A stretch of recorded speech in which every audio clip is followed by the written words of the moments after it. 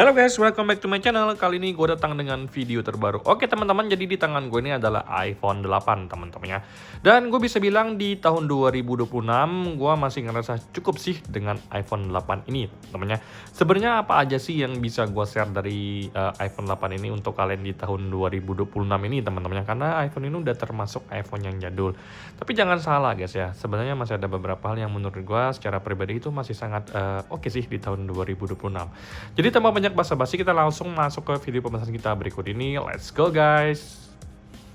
Oke teman-teman, jadi buat kalian yang belum tahu berapa usia iPhone 8 ini, gue bisa kasih tahu ke kalian kalau iPhone 8 ini rilis tahun 2017 teman-teman. Jadi sekarang itu udah tahun 2026. So September nanti ini udah genap 9 tahun teman-teman, alias ini sebentar lagi udah 1 dekade loh guys ya. Jadi nggak berasa iPhone 8 ini sebentar lagi usianya udah 10 tahun teman-temannya. Nah kalau kalian tanyain ke gue, sebenarnya kalau untuk dari sisi spesifikasi emang masih ada yang spesial. Gue bisa bilang ke kalian memang nggak ada yang spesial lagi sih, alias HP ini udah jadul.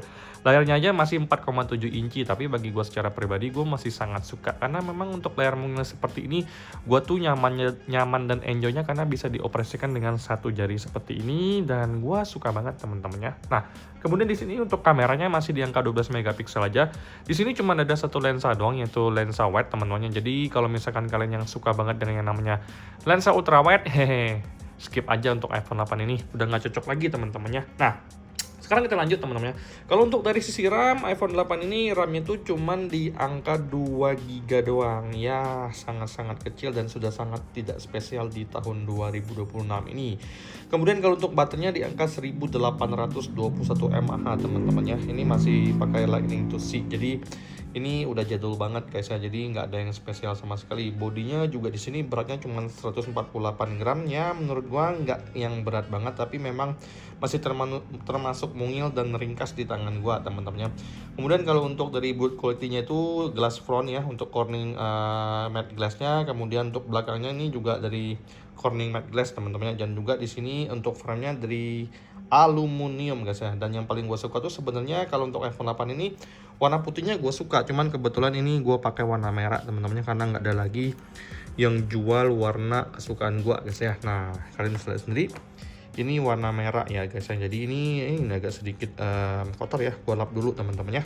Oke guys, jadi setelah gue bersihkan kondisinya seperti ini. Jujur pas gue cek teman-temannya untuk di emailnya ini terdeteksi itu warnanya warna hitam, bukan warna merah. Jadi ini terbukti pas gue beli second itu udah diganti dengan warna merah. Tapi gue suka-suka aja teman-temannya, karena warna merah itu adalah warna yang menurut gue premium dan gue enjoy aja.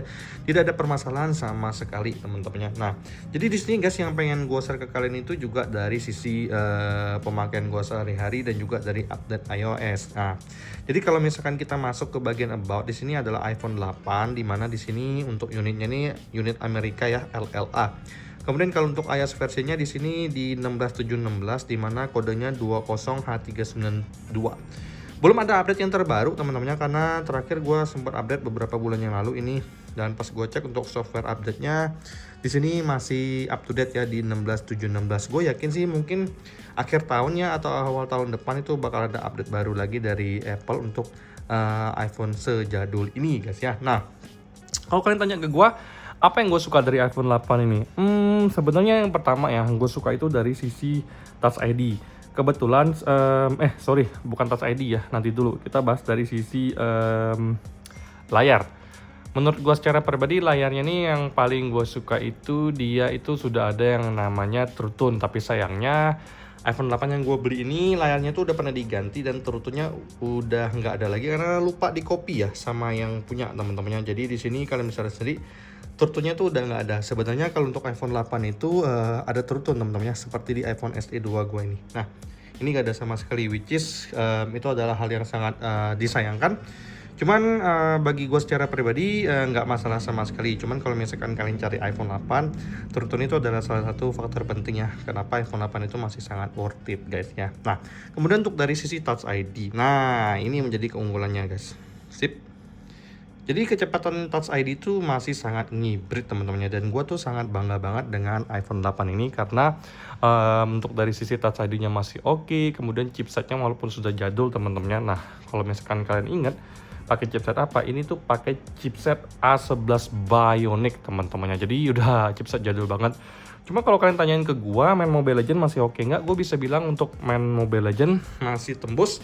Tapi yang menjadi permasalahan kalau gua ajakin untuk main PUBG teman-teman ya. Kalau main PUBG itu agak sedikit patah-patah. Tapi kalau untuk main Mobile Legends semuanya lancar jaya guys ya. Gua sejujurnya secara pribadi menggunakan iPhone 8 ini untuk kegiatan sosial media gua. Yang pertama, gua tuh suka main Instagram. Jadi kalau misalkan gua nyari ide, gue pengen cari informasi, itu semuanya ada di Instagram. Dan ini tuh masih sangat oke teman-temannya. Walaupun di sini menurut gua tuh udah jadul banget, tapi kalau untuk pengalaman gua sosial media sehari-hari itu masih oke banget.